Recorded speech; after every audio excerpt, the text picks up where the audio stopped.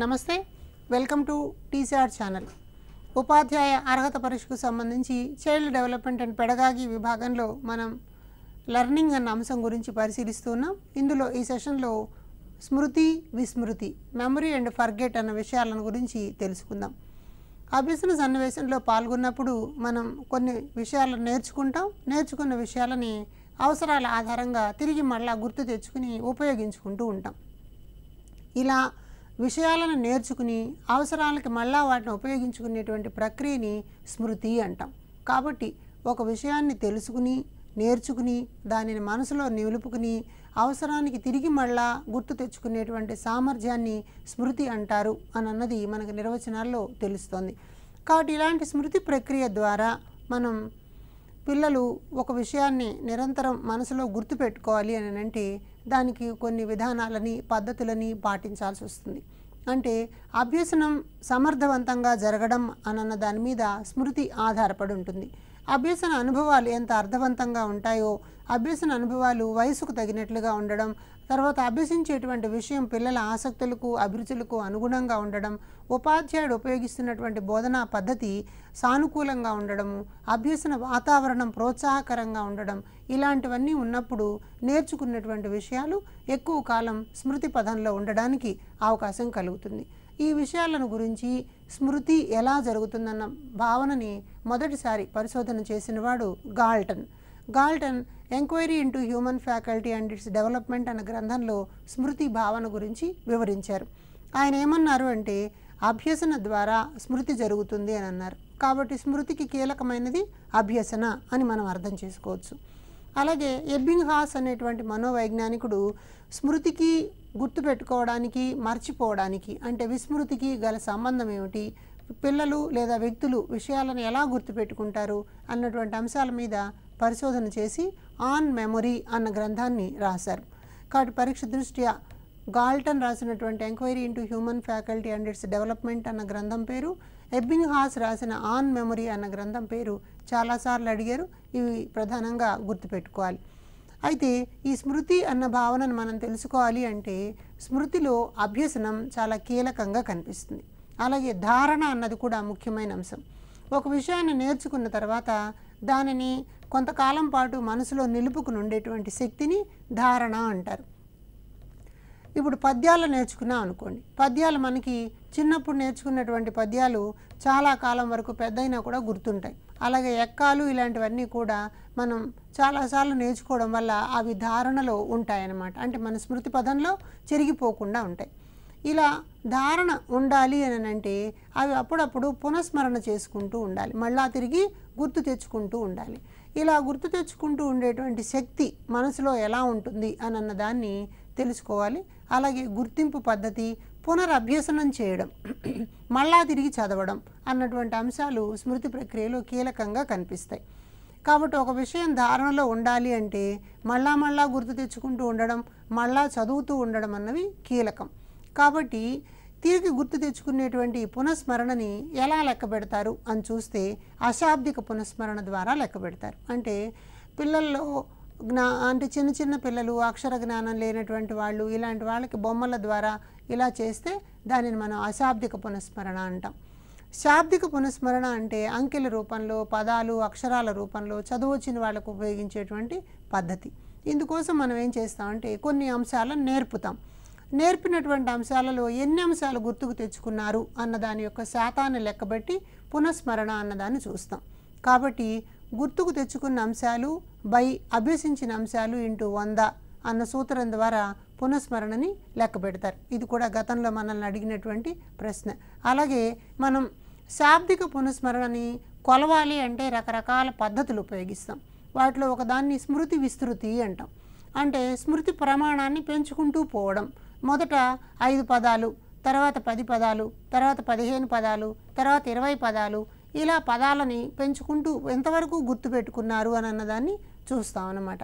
అలాగే అంకెలను కూడా 2 అంకెల సంఖ్యలు, 3 అంకెల సంఖ్యలు, 4 అంకెల సంఖ్యలు, 5 అంకెల సంఖ్యలు, ఇలా ఒక స్థాయి తర్వాత రెండవ స్థాయిలో సమాచారాన్ని ఇచ్చి దాన్ని నేర్చుకున్న తర్వాత ఎంతవరకు గుర్తుపెట్టుకోగలిగారో పరిశీలిస్తే దాన్ని మనం స్మృతి విస్తృతి అంటాం. విలియం హ్యామిల్టన్ అనే మనోవైజ్ఞానికుడు ఈ స్మృతి విస్తృతిని పరిశీలించడానికి ఒక పరికరాన్ని తయారు చేశారు. ఆ పరికరం పేరు టాచిస్టోస్కోప్ అంటాం. ఈ టాచిస్టోస్కోప్ ద్వారా అంకెలు ఎన్ని గుర్తుపెట్టుకోగలిగారు అన్నదాన్ని లెక్కపెట్టే ప్రయత్నం చేస్తారనమాట. అట్లాగే ద్వంద్వ సంసర్గాలు అంటాం. అంటే సంసర్గము అంటే సంబంధం కలిగి ఉండడం, పోలిక కలిగి ఉండడం. ఒక అర్థవంతమైన అర్థరహితమైనటువంటి పదాల జంట ద్వారా సంసర్గపరుచుకుని మనం విషయాలను గుర్తుపెట్టుకోవచ్చు. ఒక అర్థవంతమైన పదం ఉంటుంది, ఒక అర్థరహితమైన పదం ఉంటుంది. తద్వారా పిల్లలు ఎంతవరకు గుర్తుపెట్టుకోగలిగారు? ఉదాహరణకి యాపిల్ అని ఉందనుకోండి. యాపిల్ అనగానే పీటీఎక్స్ అని రాశారు. మ్యాంగో అనగానే పీటీవై అని రాశారు. అయితే పీటీవై అని చూడగానే మ్యాంగో అని గుర్తు రావడం, పీటీఎక్స్ అని చూడగానే యాపిల్ అని గుర్తొస్తే దాన్ని మనం ద్వంద్వ సంసర్గము అంటాం. అంటే అర్ధరహితమైనటువంటి అంశం ద్వారా అర్థవంతమైనటువంటి అంశాన్ని గుర్తు తెచ్చుకోవడం, అర్థవంతమైనటువంటి అంశానికి అర్ధరహితమైనటువంటి అంశాన్ని గుర్తు తెచ్చుకోవడం అని అన్నది ఇక్కడ కీలకం. అలాగే కథనాలు అంటారు. బార్ట్లెట్ అనేటువంటి మనోవైజ్ఞానికుడు కథనాల మీద ప్రయోగాలు చేశాడు. ఈయన ఏం చేశాడంటే పిల్లలకి ఒక కథని వినిపిస్తాడు. ఆ వినిపించినటువంటి కథని తిరిగి మళ్ళీ అదే క్రమంలో అదే పదాలను ఉపయోగించి చెప్పాలన్నమాట. అదే పదాలను ఉపయోగించి చెప్తూ ఉంటే తద్వారా ఎంత జ్ఞాపక శక్తి ఉన్నది, ఎంత విషయాన్ని గుర్తుపెట్టుకోగలిగారన్నది చూస్తారు. అయితే ఈ సందర్భంలో కథని ఒకళ్ళ నుంచి ఒకళ్ళకి వెళ్ళేటప్పుడు ట్రాన్స్మిషన్ లాస్ అన్నది జరిగే అవకాశం ఉంటుంది. కాబట్టి ప్రయోజ్యుడు ప్రయోక్త అంటే ఎవరితైతే మనం పరిశీలిస్తున్నామో వాళ్ళు ఒక్కళ్ళే ఉంటారు. కాబట్టి ప్రయోక్త చెప్పినటువంటి కథను విని ప్రయోజ్యుడు జవాబు చెప్పాల్సి వస్తుందన్నమాట. అలాగే ఆకృతుల పునరుత్పాదన అంటారు. అంటే ఒక బొమ్మను చూపిస్తారు, ఒక చిత్రాన్ని. ఆ చిత్రాన్ని నిశితంగా పరిశీలించి మళ్ళా తిరిగి అదే చిత్రాన్ని గీయాలి. ఈ గీసే సందర్భంలో ఒక్కొక్కసారి మొదటి చిత్రంలో ఉన్నటువంటి భాగాలు కోల్పోవచ్చు, కొత్త చిత్రంలో కొత్త భాగాలు మళ్ళీ మనకి కనిపించవచ్చు. తద్వారా వ్యక్తి యొక్క మెమొరీ ఎంత ఉంది అని అన్నది చూస్తారు. దీన్ని మనం ఆకృతుల పునరుత్పాదన అంటాం. ఉదాహరణకి మొదటి బొమ్మలో ఒక టేబుల్ మీద వాటర్ బాటిల్, టేబుల్ కింద పిల్లి ఉన్నాయనుకోండి. బొమ్మ గీయండి అని అన్నప్పుడు ఖచ్చితంగా టేబుల్ పక్కన వాటర్ బాటిల్, టేబుల్ కింద పిల్లి మాత్రమే గీసి వాటర్ బాటిల్ పక్కన ఉన్నటువంటి గ్లాస్ బొమ్మ గీయడం మర్చిపోతే మనకి మెమొరీ అక్కడ లేదు అన్నది అర్థమవుతుంది అనమాట. అలాగే శబ్ద ప్రమాణము అంటాం. అంటే వొకాబులరీ లేదా వర్డ్ ఫ్లూయెన్సీ ఎలా ఉన్నది అని చెప్పడం కోసం ఈ ప్రయత్నాన్ని చేస్తారు. శబ్ద ప్రమాణంలో బార్ట్లెట్ చెప్పిన కథనాల పద్ధతిలాగే కథను ఉపయోగిస్తారు. అయితే ఇక్కడ మొదటిసారి చెప్పిన సన్నివేశంలో ఏ పదాలను వాడారో ఆ పదాలనే మళ్ళా తిరిగి వాడుతూ విషయాన్ని చెప్పాల్సిన అవసరం ఉంటుందన్నమాట. కాబట్టి పదాలను గుర్తుపట్టుకుని తిరిగి చెప్పగలిగినటువంటి సామర్థ్యాన్ని లెక్కపెడితే దానిని మనం శబ్ద ప్రమాణము అంటాం. కాబట్టి ఇలా మనం ఒక స్మృతిని నేర్చుకున్న తర్వాత ఎంతవరకు గుర్తుంచుకున్నాము అన్న దాన్ని మనం గుర్తింపు అంటాం. కాబట్టి గతంలో నేర్చుకున్నటువంటి అంశాలని ఏదో ఒక రూపంలో తిరిగి మనం గుర్తుకు తెచ్చుకోగలిగితే దానిని గుర్తింపు అంటాం. ఈ గుర్తింపును కూడా లెక్క పెట్టడం అన్నది చాలా అవసరం మనోవిజ్ఞాన శాస్త్రపరంగా. ఇక్కడ ఇచ్చినటువంటి సూత్రాలు మనల్ని గతంలో పరీక్షలో అడిగారు. కాబట్టి ఒక్కసారి సూత్రాన్ని జాగ్రత్తగా నోట్ చేసుకోండి మీ పుస్తకంలో కూడా. గుర్తింపును లెక్క పెట్టాలి అంటే మొత్తం ఎన్ని అంశాలు చెప్పాము, వాటిల్లో తిరిగి చెప్పేటప్పుడు ఎన్ని తప్పులు చెప్పారు, దాని శాతాన్ని లెక్క పెడితే మనం గుర్తింపు గణన అంటాం. కాబట్టి మొత్తము మైనస్ తప్పులు బై మొత్తము ఇంటూ 100. కాబట్టి ఇప్పుడు మనం మొత్తం ఒక 10 అంశాలు చెప్పాం, వాటిని తిరిగి చెప్పేటప్పుడు 2 తప్పులు చెప్పారనుకోండి, అప్పుడు ఏమవుతుంది 8/10 ఇంటూ 100 అవుతుంది. అయితే మరో రకంగా కూడా ఎలా గుర్తింపు గణనను లెక్క పెడతారంటే తప్పులు కాకుండా ఒప్పులు మాత్రమే తీసుకుంటారు. అంటే ఉదాహరణకు 10 అంశాలు చెప్పాము, 8 అంశాలు కరెక్ట్గా తిరిగి మళ్ళీ చెప్పగలిగారు అనుకోండి, అప్పుడు 8/10 ఇంటూ 100 అవుతుంది. కాబట్టి 2 సూత్రాల ద్వారా మనం గుర్తింపు గణన చేయడానికి అవకాశం వస్తుంది. కాబట్టి ఒకవేళ మనం ఒక 100 ప్రశ్నలు ఇచ్చాం అనుకోండి, 100 ప్రశ్నల్లో 20 తప్పులు ఉన్నాయి. అయితే అప్పుడు ఏమవుతుంది 100 - 20/100 ఇంటూ 100. కాబట్టి 80% మనకు గుర్తించే సామర్థ్యం ఉంది అంటాం. ఈ గుర్తించే దాంట్లో రకరకాలైనటువంటి పద్ధతులు ఉంటాయి. వాటిలో ఒకానొక పద్ధతిని డెజావు అంటాం. డెజావు అనే పదం ఒక ఫ్రెంచ్ భాషలోంచి తీసుకున్న పదం. దీనిని ఏమంటామంటే మిథ్యా పరిచయ భావన అని చెప్తారు. గుర్తు తెచ్చుకునే సందర్భాల్లో ఒక సన్నివేశాన్ని, వ్యక్తిని లేదా సందర్భాన్ని ఎక్కడో చూసినట్టుంది అనిపిస్తుంది. అలా ఏదైనా ఒక విషయం గతంలో అనుభవంలోకి వచ్చినట్లుగా కానీ అనిపిస్తే దానిని డెజావు అంటారు. ఈ పాయింట్ కూడా మనకి గతంలో వచ్చింది. కాబట్టి ఎక్కడో చూసినట్లుగా అనిపించేటువంటి భ్రమ అన్నమాట ఇది. అలాగే పునరభ్యసనము, ఇందాక మనం పునశ్చరణ గురించి నేర్చుకునేటువంటి సందర్భంలో ఒక విషయాన్ని మళ్ళా నేర్చుకోవడం అన్న. ఇక్కడ పునరభ్యసనము అంటే ఏంటంటే ఒకసారి ఒక అంశాన్ని నేర్చుకున్న తర్వాత అదే అంశాన్ని మళ్ళా నేర్చుకోవాల్సినటువంటి పరిస్థితి వచ్చినప్పుడు ఎంత సమయం పట్టింది అన్న దాని దృష్ట్యా పునరభ్యసనాన్ని లెక్క పెడతారు. కాబట్టి ముందు ఒక అంశాన్ని నేర్చుకుంటారు, తర్వాత మళ్ళా కొంత విరామం ఇస్తారు, విరామం ఇచ్చిన తర్వాత మళ్ళీ అదే అంశాన్ని నేర్చుకుంటారు, అదే అంశాన్ని నేర్చుకునే దానికి మళ్ళీ ఎంత సమయం పట్టిందో లెక్క పెడతారు. ఉదాహరణకు ఒక పిల్లవాడు 17వ ఎక్కని నేర్చుకుంటున్నాడు, ఇవాళ 17వ ఎక్కని చెప్పాడు, ఒక 4-5 రోజులు మనం దాన్ని అడగలేదు, తర్వాత 17వ ఎక్క చెప్పమంటే చాలా తప్పులు చెప్పాడు. ఇప్పుడు మళ్ళీ 17వ ఎక్కను నేర్చుకోండి అని అడిగామనుకోండి, మొదటిసారి 17వ ఎక్కను నేర్చుకోవడానికి 1 గంట సమయం పడితే రెండవసారి 17వ ఎక్కను నేర్చుకోవడానికి 20 నిమిషాలు 30 నిమిషాలు సరిపోవచ్చు అన్నమాట. కాబట్టి ఈ పునరభ్యసన అన్నది ధారణలో ఎంత మిగిలి ఉంది అనేటువంటి విషయాన్ని తెలుసుకోవడానికి ఏ పద్ధతిని ఉపయోగించి చదువుతున్నాడు, ఏ పద్ధతి ద్వారా విషయాన్ని ఎక్కువగా గుర్తుపెట్టుకుంటున్నాడు అన్న విషయాల మీద పునరభ్యసన ఆధారపడి ఉంటుంది అని చెప్పాడు ఎబ్బింగ్హాస్. కాబట్టి ఈ పునరభ్యసనంలో మనకి ఏం జరుగుతుంది, అభ్యసించేటువంటి పద్ధతిలో ఎలాంటి సమయాన్ని పొదుపు చేసుకుంటున్నాడు అన్న విషయం వస్తుంది. కాబట్టి పొదుపు గణన అన్నది ఇక్కడ కీలకంగా కనిపిస్తుంది. ఒక విషయాన్ని నేర్చుకోవడానికి అసలు మొదటిసారి ఎన్ని ప్రయత్నాలు చేశాడు, పునరభ్యసనంలో ఎన్ని ప్రయత్నాలు చేశాడు అన్న 2 అంశాల మధ్య శాతాన్ని లెక్క పెడితే దానిని మనం పొదుపు గణన అంటాం. ఇది కూడా మనకి గతంలో వచ్చినటువంటి సూత్రం. ఉదాహరణకి 17వ ఎక్కను నేర్చుకోవడానికి ఒక పిల్లవాడు మొదట 10 ప్రయత్నాలు చేశాడు, రెండోసారి నేర్చుకునేటప్పుడు 5 ప్రయత్నాల్లోనే నేర్చుకున్నాడు.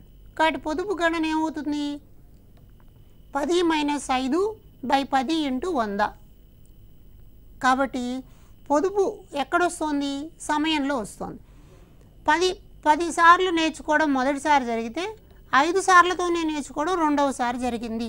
కాబట్టి ఎబ్బింగ్హాస్ ఈ పరిశోధన ద్వారా మనకు చెప్తున్నది ఏంటంటే గతంలో నేర్చుకున్నటువంటి అంశం స్మృతిలో కొంత ఉంటుంది, కాబట్టి రెండవసారి నేర్చుకునేటప్పుడు తక్కువ సమయంలోనే నేర్చుకోగలుగుతారు అని చెప్పాడు. అలాగే రష్యా దేశానికి చెందినటువంటి జైగార్నిక్ ఈ గుర్తుంచుకునేటువంటి అంశం మీద జైగార్నిక్ ప్రభావము అన్న అంశం గురించి వివరించాడు. అయితే మనము ఈ జైగార్నిక్ ప్రభావంలో ఏం చేస్తామంటే కొన్ని రకాల పనులు మనం చేస్తాం ఉదయం పూట, కానీ మనం చేసేటువంటి పనులు కొన్ని ఉంటాయి. ఈ చేసినటువంటి పనులలో కొన్ని పనులు మనం మధ్యలో మానేసాం అనుకోండి, ఇలా మానేసినటువంటి పనులు మాత్రమే బాగా గుర్తుంటాయి అని చెప్పినటువంటి దాన్ని జైగార్నిక్ ప్రభావము అని చెప్పి అంటారు. అంటే కొన్ని రకాల పనులు మనం మానివేసినప్పుడు అవి మానేసినటువంటి పనులు కాబట్టి అవి ఎక్కువ కాలం గుర్తుంటాయి అంటారు. ఉదాహరణకి ఒక అతను టైప్ చేయడం నేర్చుకున్నాడు, కాలక్రమంలో ఎందుకో అది నచ్చక ఒక 10 రోజులకో నెల రోజులకో మానేశాడు అనుకోండి, పలానా సంవత్సరంలో నేను టైప్ చేయడాన్ని నేర్చుకుని మానేశానన్న విషయం గుర్తుండిపోతుంది. ఒక ఊరికి ప్రయాణమై అంతా లగేజ్ సర్దుకుని స్టేషన్కి వెళ్ళారు, అనివార్య కారణాల వల్ల ప్రయాణాన్ని మానేశారు, మానేస్తే అది అప్పుడు గుర్తుండిపోతుంది, పలానా రోజు వెళ్ళాలనుకున్నాం వెళ్ళలేకపోయాం అన్నది. ఇలా ఉంటే దానిని జైగార్నిక్ ప్రభావం అని చెప్పవచ్చు అంటారు. ఇప్పుడు మనం స్మృతికి సంబంధించి కొన్ని రకాల గురించి తెలుసుకుందాం. స్మృతి ఏర్పడాలి అంటే ఒక పద్ధతి బట్టి స్మృతి అంటాం. అంటే ఒక విషయాన్ని మళ్ళా చదువుతూ ఉండడం. చిన్నప్పుడు పద్యాలు ఎక్కాలు వల్లె వేయడానికి ఉపయోగించేటువంటి పద్ధతిని బట్టి స్మృతి అంటాం. అలాగే వీటిలో అర్ధరహితమైనటువంటి అభ్యసనం జరుగుతుంది. అంటే ఒకసారి నేర్చుకోవడానికి ప్రయత్నంలో వాళ్ళు దాన్ని భావం కాకుండా బట్టి పట్టి విషయాలను నేర్చుకుంటారు, పదే చదవడం ద్వారా అది గుర్తుండిపోతుంది. అలాగే తార్కిక స్మృతి, విషయాల మధ్య ఉండేటువంటి సంబంధాన్ని గుర్తుపెట్టుకుని తద్వారా దానిని అర్థం చేసుకునే ప్రయత్నం చేస్తారు. గణిత శాస్త్ర సూత్రాలు నియమాలు, సైన్స్లో ఉండేటువంటి సూత్రాలు నియమాలు, సాంఘిక శాస్త్రంలో ఉండేటువంటి భావనలు, తెలుగులో ఉన్న వ్యాకరణ అంశాలు, ఇలాంటి వాటి మధ్య ఉండేటువంటి సంబంధాన్ని గుర్తుపెట్టుకుని తద్వారా స్మృతిని పెంచుకుంటారు. అయితే ఒక్కొక్కసారి మనకు ఈ స్మృతి చాలా స్వల్పకాలికంగా ఉంటుంది, అంటే కేవలం తాత్కాలిక అవసరాల కోసం ఆ స్మృతి ఉంటుంది. ఫర్ ఎగ్జాంపుల్ రైల్లో ప్రయాణం చేస్తున్నాం, మన బర్త్ నెంబర్ గుర్తుపెట్టుకోవడం. బర్త్ నెంబరు ఒక సందర్భంలో గుర్తుంటుంది, ఆ ప్రయాణం అయిపోయాక దాన్ని మర్చిపోతాం. ఇలాంటి దాన్ని స్వల్పకాలిక స్మృతి అంటాం.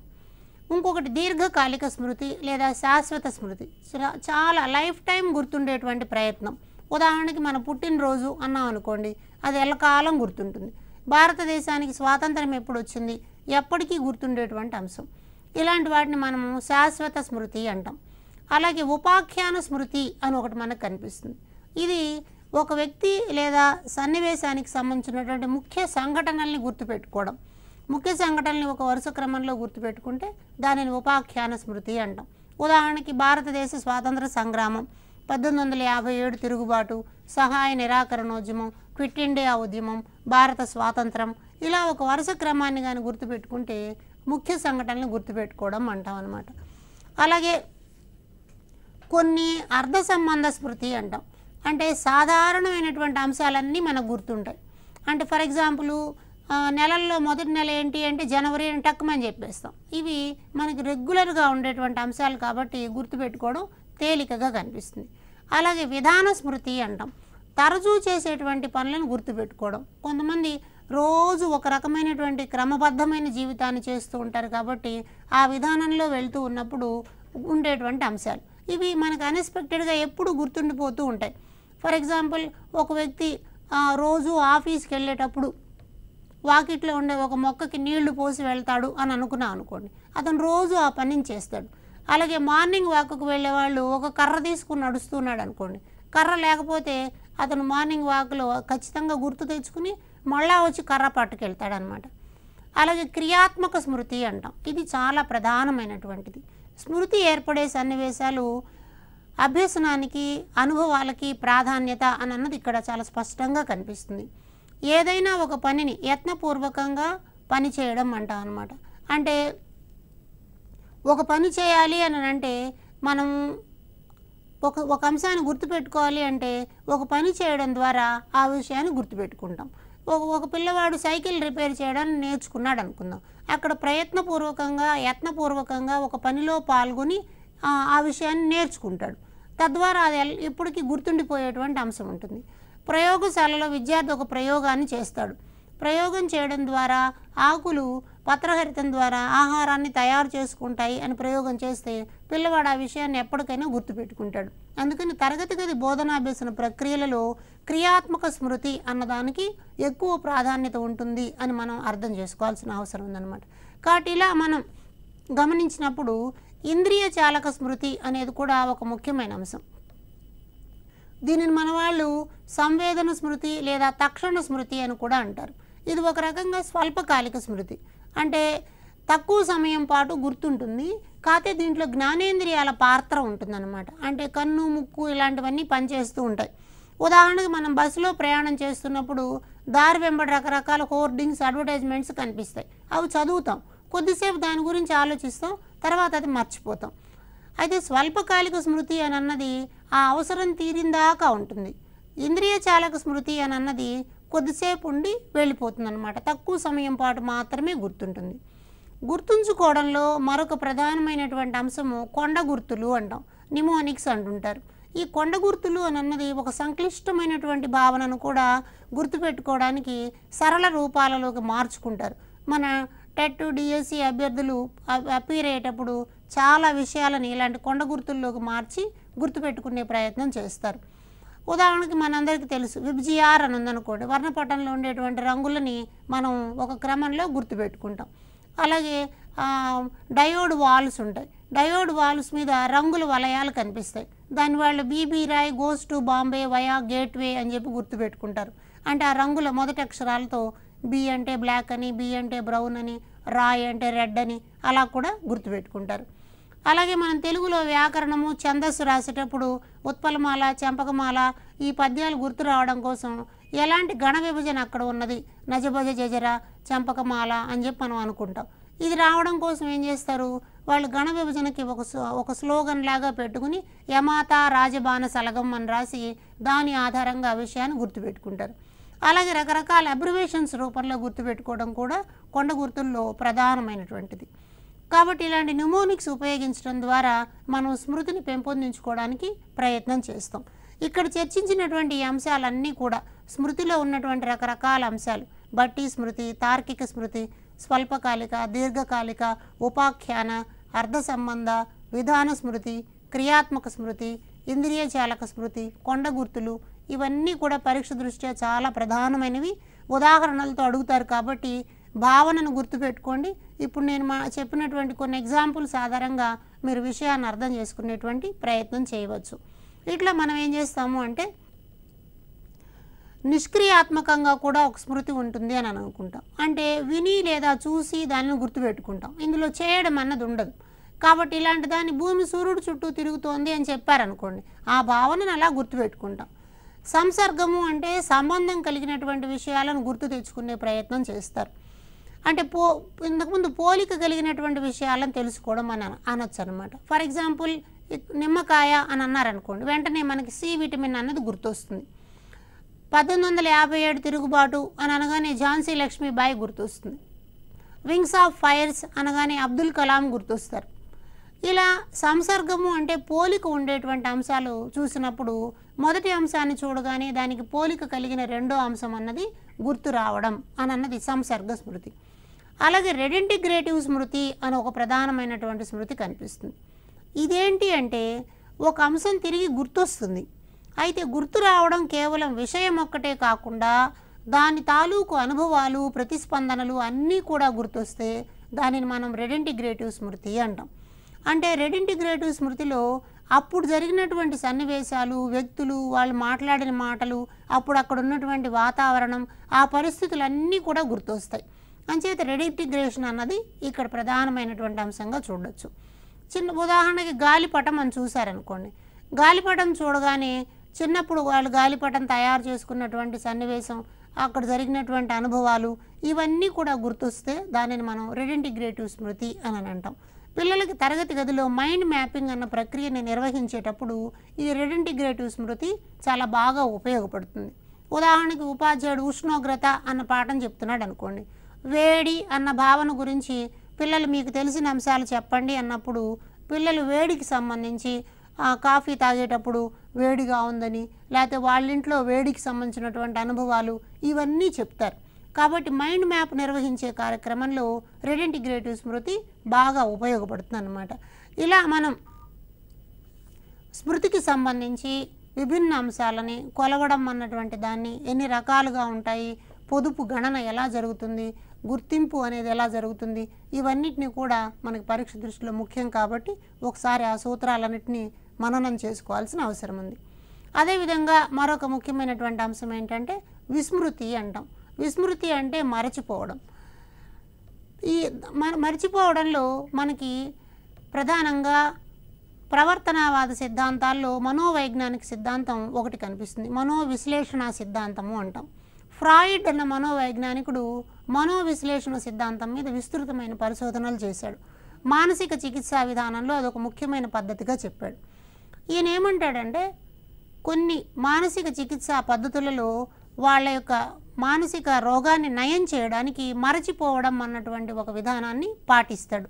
ఈ మరచిపోవడం అన్నది సొంతంగా కావాలని మరచిపోయేటువంటి ప్రయత్నం. ఇలా సొంతంగా కావాలని మరచిపోయేటువంటి ప్రయత్నాన్ని ఫ్రాయిడ్ దమనము అని అన్నాడు. ఈ దమనము అని అన్నది బాధాకర అనుభవాలని మర్చిపోతారని అన్నారు.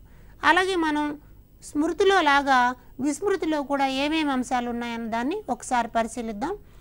ఒకసారి నేర్చుకున్న అంశం ఏదైనా ఉంటే అది తిరిగి మళ్ళా గుర్తు తెచ్చుకోవడానికి ప్రయత్నం చేసినప్పుడు అది మన స్మృతి పదంలోకి రాకుండా పోతే దానిని మర్చిపోవడం అంటాం. ఉదాహరణకి పిల్లలు ఎక్కాలు నేర్చుకుంటారు. ఎక్కాలు నేర్చుకున్నప్పుడు 12 9 ఎంత అని అంటే జవాబు చెప్పలేరు. కానీ 12 1 12 నుంచి మొదలుపెట్టి ఎక్క మొత్తం చెప్తారు. అంటే 12 9 ఎంత అని సడన్గా అడిగితే చెప్పలేకపోతారు. అలాగే ఉదాహరణకి విస్తృత ఆవర్తన పట్టికలో మూలకాల పేర్లు ఉంటాయి. టైటానియం అన్న మూలకం యొక్క సంకేతం ఏమిటి అని అంటే సడన్గా గుర్తుకు రాకపోవచ్చు. అలా ఒకసారి నేర్చుకున్నటువంటి సన్నివేశం అవసరమైనప్పుడు తిరిగి మళ్ళా స్మృతిలోకి రాకపోతే దానిని విస్మృతి అనొచ్చు అంటాడు మన్ అన్న మనోవైజ్ఞానికుడు. అలాగే మూల ఉద్దీపన సాయం లేకుండా భావనలను చేతనలోకి తెచ్చుకోలేకపోవడమే విస్మృతి అంటాడు భాటియా. అంటే మనం ఒక విషయాన్ని నేర్చుకున్న తర్వాత దానిని స్మృతిలోకి తెచ్చుకోవాలి అంటే కొంచెం ఆధారాన్ని కల్పించాలి. ఈ ఆధారం కల్పించినప్పుడు గుర్తొస్తుంది. ఆధారం లేకపోతే విషయం గుర్తు రాకపోవచ్చు. కాబట్టి ఆధారాన్ని కల్పించడం అంటే ఫర్ ఎగ్జాంపుల్ ఒక కీబోర్డు మీద రకరకాలైనటువంటి ఆప్షన్స్ ఉంటాయి. ఒక ఎక్సెల్ తయారు చేసేటప్పుడు కొన్ని ఆప్షన్స్ ఉంటాయి, ఫోటోషాప్లో కొన్ని ఆప్షన్స్ ఉంటాయి. ఈ ఆప్షన్స్ని మనం నేర్చుకున్నాం, కానీ సందర్భానికి మర్చిపోయామనుకోండి, అప్పుడు వాళ్ళకు సంకేతం చెప్తారు. సంకేతం ఆధారంగా విషయాన్ని తిరిగి మళ్ళీ గుర్తు తెచ్చుకోవడానికి ప్రయత్నం చేస్తాం. ఇలాంటి విస్మృతిలో కూడా కొన్ని రకాలు ఉన్నాయి. వాటిల్లో మనం పురోగమన విస్మృతి అంటాం. అంటే విషయాలు నేర్చుకున్న తర్వాత అందులో ముందుండేటువంటి అంశాలు, ఇప్పుడు నేర్చుకున్న విషయాలు గుర్తురావు. ప్రస్తుతం ఏం విషయాలు నేర్చుకున్నామో అవి గుర్తురావు. అంటే ఉదాహరణకి ఇప్పుడు మనము ఒక పిల్లవాడు 12వ ఎక్కం నేర్చుకుంటున్నాడు అనుకుందాం. 12వ ఎక్కం చెప్పరా అంటే 10వ ఎక్కం వస్తుంది కానీ 12వ ఎక్కం రాదు, మర్చిపోతాడు. కాబట్టి ప్రస్తుతం నేర్చుకున్న గుర్తు రాకపోతే దానిని పురోగమన విస్మృతి అంటాం. అలాగే తిరోగమన విస్మృతి అంటే గతంలో నేర్చుకున్నటువంటి అంశాలు గుర్తు రాకపోవడం. పూర్వం కొన్ని అంశాలు నేర్చుకున్నాం, అవి ఇప్పుడు గుర్తు రాకపోతే దానిని తిరోగమన విస్మృతి అంటాం. చిన్నప్పుడు మనం వేరే భాషని, ఫ్రెంచి భాషను నేర్చుకున్నాం అనుకున్నాం. వినియోగంలో లేకపోవడం వల్ల గతంలో నేర్చుకున్నటువంటి భాష మనం మర్చిపోయేటువంటి అవకాశం ఉంది. అట్లాగే ఈ ఎబ్బింగ్హాస్ ధారణ వక్రము అన్నటువంటి దాని ద్వారా స్మృతి శాతం గురించి, విస్మృతి శాతం గురించి తెలియజేసిన వివరాలని ఇక్కడ మనం చూద్దాం. ఈయన ఏమంటాడంటే కాలం అన్నది చాలా కీలకంగా పనిచేస్తుంది. కాలము, మర్చిపోవడం ఇవి రెండు అనులోమానుపాతంలో ఉంటాయి అంటాడు. అంటే కాలం పెరుగుతూ ఉంటే మర్చిపోయేటువంటి రేటు కూడా పెరుగుతూ కనిపిస్తుంది అంటాడు. ఒక విషయాన్ని నేర్చుకున్న తర్వాత కాలముతో పాటు స్మృతిని చూసినప్పుడు విలోమ సంబంధంలో ఉంటాయి అంటారు. అంటే కాలం పెరుగుతూ ఉంటే స్మృతి తగ్గిపోతూ ఉంటుంది, స్మృతి తగ్గిపోతూ ఉంటే కాలం పెరుగుతూ ఉంటుంది. కాబట్టి దీనిని విలోమ సంబంధంలో ఉన్నాయి అంటాడు. ఈ రెండు స్టేట్మెంట్స్ ఇంపార్టెంట్. కాలము, విస్మృతి అనులోమానుపాతంలో ఉంటాయి, కాలము, స్మృతి విలోమానుపాతంలో ఉంటాయని ఎబ్బింగ్హాస్ వక్రంలాగా మనకు తెలుస్తుంది. ఈయన గతంలో అడిగిన ప్రశ్న నేర్చుకున్నటువంటి అంశానికి సంబంధించి మొదటి గడియలు లేదా మొదటి క్షణాలు చాలా ప్రధానమైనవి అని చెప్తారు. ఎందుకంటే ఒక విషయాన్ని నేర్చుకున్న తర్వాత మొదటి 20 నిమిషాలలోనే దాదాపు 47% మర్చిపోవడానికి అవకాశం ఉంది. కాబట్టి ఈ మొదటి 20 నిమిషాలు చాలా కీలకం, గోల్డెన్ అవర్ అంటారు కదా, అలాగే ఈ 20 నిమిషాలు కూడా చాలా కీలకం. కాబట్టి మనం ఏం చేయాలి, ఒక విషయాన్ని నేర్చుకున్న వెంటనే 20 నిమిషాల పాటు నిశ్శబ్దంగా పుస్తకాలు అవతల పడేసి కూర్చోవడం కాకుండా ఒక విషయాన్ని నేర్చుకున్న తర్వాత ప్రశాంతంగా కూర్చుని దానిని మననం చేసుకోవడం అన్నది అవసరం. అలా మననం చేసుకోవడం వల్ల విస్మృతి శాతాన్ని తగ్గించడానికి అవకాశం వస్తుంది. ఒక విషయాన్ని నేర్చుకుని 2 రోజుల పాటు పట్టించుకోలేదు అనుకోండి, దాదాపు 69% అంశాన్ని మర్చిపోతాం. 15 రోజుల పాటు పట్టించుకోకుండా ఉంటే 75% అంశాన్ని మర్చిపోతాం. ఒక నెల పాటు పట్టించుకోకుండా ఉంటే 78% అంశాన్ని మర్చిపోతాం. కాబట్టి ఎప్పటికీ మనకి ఒక విషయం తాలూకు 22% విశేషాలు గుర్తుంటాయి అంటాడు ఎబ్బింగ్హాస్. కాబట్టి ఒక బైక్ నడపడం నేర్చుకున్నాం అనుకుందాం. బైక్ నడపడం నేర్చుకున్న తర్వాత దాంట్లో ఆయన చెప్పాడు, కారు నడపడం నేర్చుకునే సందర్భాల్లో ఇదిగో ఇక్కడ గేర్ ఉంది, ఇక్కడ క్లచ్ ఉంది, ఇక్కడ లైటు ఇలా వేయాలి, టర్నింగ్ అప్పుడు ఇలా చేయాలి, ఇవన్నీ నేర్చుకున్నాం, బాగానే ఉంది. అక్కడ నైపుణ్యం కూడా పొందాం. అయితే దాన్ని వాడకుండా అట్లా వదిలేసుకుంటూ పోతే కొంతకాలం తర్వాత దాదాపుగా 78% అంశాన్ని మనం మర్చిపోయే అవకాశం ఉంది అని చెప్పి చెప్తున్నారు. ఇక్కడ పరీక్షలో ప్రశ్నలు అడగడానికి చాలా అవకాశాలు ఉన్నాయి, కొంచెం జాగ్రత్తగా చూడండి. ధారణ విస్మృతి శాతం గురించి వివరించిన వాడు అంటే ఎబ్బింగ్హాస్ అని రాయాలి. నేర్చుకున్న అంశాలలో మొదటి 20 నిమిషాలు చాలా కీలకము అని చెప్పినటువంటి వాడు కూడా ఎబ్బింగ్హాస్. మొదటి దశల్లో విస్మృతి శాతం ఎక్కువగా ఉంటుంది అని అన్నది కూడా ముఖ్యమైన పదం. అలాగే కాలము, విస్మృతి అనులోమానుపాతంలో ఉంటాయి, కాలము, స్మృతి విలోమ సంబంధం కలిగి ఉంటాయన్న విషయాలు ఇక్కడ మనకు చాలా కీలకం. అలాంటి విస్మృతిని మనం చూసినప్పుడు ఎందుకు జరుగుతుంది అని చూస్తే అనుపయోగం వలన, అంటే దాన్ని మనం వాడుకోకుండా ఉంటే, ఉపయోగించుకోకుండా ఉంటే మర్చిపోతాం. అది నైపుణ్యమైనా సరే మర్చిపోవడానికి అవకాశం ఉంది. అట్లాగే జోక్యం, ఇతర అంశాలు జోక్యం చేసుకుంటాయి, దాన్ని మనం పురోగమన అవరోధము లేదా తిరోగమన అవరోధం అని కూడా అంటాం. మొదట నేర్చుకున్నటువంటి విషయానికి కొత్త విషయం నేర్చుకునేటప్పుడు ఆటంకం కలుగుతుంది. ఉదాహరణకి మనం హిందుస్థానీ సంగీతం నేర్చుకున్నాం అనుకోండి, ఇప్పుడు కర్ణాటక సంగీతం నేర్చుకోవాలి అంటే అందులో ఉన్న గమకాలు ఇందులో అడ్డంగానే వచ్చినాయంటే దాన్ని పురోగమన అవరోధం అంటాం. ఎప్పుడో హిందుస్థానీ సంగీతం నేర్చుకున్నాం, ఇప్పుడు కర్ణాటక సంగీతం నేర్చుకుంటూ ఉన్నాం. హిందుస్థానీ సంగీతంలో ఉన్న అంశాలను గుర్తు తెచ్చుకోలేకపోతే దానిని మనం తిరోగమన అవరోధము అంటాం. గతంలో నేర్చుకున్న అంశాలని గుర్తు తెచ్చుకోలేకపోవడం అని. అట్లాగే దమనం, ఇందాక మనం చెప్పుకున్నాం, బాధాకర అంశాలను ఉద్దేశంగా మర్చిపోతే దానిని దమనము అంటాం. చెడు సంఘటనలు మనకు ఉంటాయి, వాటిని మర్చిపోతాం. అట్లాగే అపసామాన్య విస్మృతి, మెదడుకు గాయాలైనప్పుడు లేకపోతే మానసిక రోగాలు వచ్చినప్పుడు జరిగేటువంటి విస్మృతిని అపసామాన్య విస్మృతి అంటాం. మెదడుకి పెద్ద దెబ్బ తగిలితే మర్చిపోవడం అన్నది జరుగుతుంది. ఒక్కొక్కసారి మానసిక రోగాలు వచ్చినప్పుడు ఒక విషయాన్ని పూర్తిగా మర్చిపోతారు, అంటే తన పేరుతో సహా మర్చిపోతారు. ఇలా జరిగితే దాన్ని అమ్నీషియా అంటాం అన్నమాట. కొన్నిసార్లు ఏమవుతుందంటే మానసిక వ్యవస్థల్లో రోగాలు వచ్చినప్పుడు మానసిక ఆఘాతాలు అంటాం. అంటే ఏదైనా మనసుకి చాలా పెద్ద దెబ్బ తగిలినప్పుడు అంతా మర్చిపోతారు. అయితే వేరే ప్రదేశానికి వేరే చోటుకి వెళ్ళి తన పేరు అన్నిటినీ వేరుగా పెట్టుకుని కొత్త జీవితాన్ని ప్రారంభిస్తారు. సినిమాలలో చాలా కథలు మనం ఇలాంటివి చూస్తూ ఉంటాం. తలకు ఒక పెద్ద దెబ్బ తగిలినప్పుడు అతను గతాన్నంతా మర్చిపోతూ ఉంటాడు, తర్వాత ఎక్కడో ఇంకొక రకంగా బతుకుతాడు, మళ్ళా తిరిగి తలకి ఇంకోసారి దెబ్బ తగిలినప్పుడు గతం గుర్తొస్తూ ఉంటుందన్నమాట. ఇలాంటి దాన్ని మనం ఫ్యూగ్ అని చెప్పి చెప్తాం. ఇలా మనం దమనము అని అన్నది మర్చిపోవడం అన్నటువంటి వాటిలో కన్సాలిడేషన్ భావన గురించి డంకన్ చెప్పిన దాన్ని గుర్తుపెట్టుకోవాలి.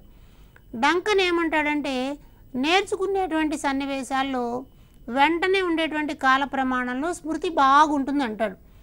అంటే నేర్చుకున్న తర్వాత ఆ 20 నిమిషాల సమయము అని అన్నది చాలా విశేషం, ఇవి మనకి గుర్తుంటాయి. కాబట్టి ఇక్కడ కన్సాలిడేషన్ భావన అన్నది చాలా ఇంపార్టెంట్ అనమాట.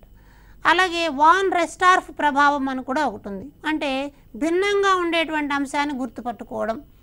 ఒక వరుసలో కాకి, పిల్లి, చిలుక, పావురం ఉన్నాయనుకోండి, చూడగానే పిల్లి అని సడన్గా గుర్తుపట్టేస్తాం, అంటే పిల్లి వేరుగా ఉంది. ఇలాంటి దాన్ని వాన్ రెస్టార్ఫ్ ప్రభావం అంటాం. మామూలు విషయాల కన్నా భిన్నంగా ఉండేవి గుర్తుపట్టడం. మనం రకరకాల వేషాలు వేసుకునే వాళ్ళని చూస్తూ ఉంటాం. ఉదాహరణకి తలకు ఒక రంగు, కుడికాలికి ఒక రంగు చెప్పు, ఎడంకాలికి ఒక రంగు చెప్పు వేసుకుని తిరుగుతున్న మనిషి మామూలు మనుషుల్లో కనిపిస్తే మన దృష్టి అతని మీదే కనిపిస్తుంది. అంచేత వాళ్ళని ఎక్కువసేపు గుర్తుపెట్టుకుంటాం. కాబట్టి వాన్ రెస్టార్ఫ్, ఆడ్ మ్యాన్ అవుట్ అంటాం, వేరుగా ఉన్నదాన్ని గుర్తుపెట్టుకోవడం. అలాగే కొన్నిసార్లు కొన్ని సంఘటనలు ఉంటాయి, అవి మళ్ళీ తిరిగి తెచ్చుకోవడంలో ఇబ్బందులు వస్తాయి. సగం గుర్తు వస్తుంది, సగం గుర్తు రాదు. అలాంటి దాన్ని మనం మిథ్యాస్మృతి అంటాం. ఎందుకో కొన్ని గుర్తు రావట్లేదు అంటాం. అలాగే గుర్తుండడంలో ప్రాథమిక ప్రభావం అన్నది కూడా ఒక ముఖ్యమైన అంశము. అంటే పద్యంలో చదివినటువంటి మొదటి పాదం మాత్రమే గుర్తుంటుంది, మిగిలింది గుర్తురాదు. అంత్య ప్రభావం అంటే చివర ఉన్నదే గుర్తొస్తుంది, మిగిలింది గుర్తురాదు. వరుసక్రమ ప్రభావం అంటాం. మనం ఏదైనా స్టోరీని, వ్యాసాన్ని రాసేటప్పుడు మధ్యలో ఒక పదాన్ని మర్చిపోతే ఆ తర్వాత రాసేటువంటి పదం గుర్తురాదు. అట్లాగే పెగ్ విధానం అంటారు. పెగ్ విధానము అంటే బొమ్మను గీసేటప్పుడు పాటల్లోకి, సంకేతాల్లోకి, ఇలాంటి వాటిలోకి మార్చుకుని చెప్తే దానిని మనం పెగ్ విధానం అంటాం. అలాగే ముక్కలు ముక్కలుగా చేసి గుర్తుపెట్టుకుంటే చంకింగ్ విధానం అంటాం. ఇలా మనం విషయాలను గుర్తుపెట్టుకోవడానికి ప్రయత్నం చేస్తాం. కాబట్టి మనం విస్మృతి, స్మృతి అన్నవి రెండు అభ్యసన సన్నివేశాల్లో చాలా కీలకం. కాబట్టి ఉపాధ్యాయుడు తరగతి గదిలో కల్పించేటువంటి బోధనాభ్యసన ప్రక్రియలు పిల్లలలో విస్మృతిని తగ్గించడానికి, స్మృతిని పెంచడానికి పనికొచ్చేటువంటి క్రమంలో ఉండాలి. ఇక్కడ పరీక్షలో చాలా ప్రశ్నలు అడగడానికి అవకాశం ఉంది. కాబట్టి ఈ అంశాలను మీరు నోట్బుక్లో నమోదు చేసుకుని ఉదాహరణలతో పరిశీలిస్తూ నేర్చుకోవాల్సిందిగా కోరుతూ ఈ సెషన్ ఇంతటితో ముగిస్తున్నాను. ధన్యవాదాలు.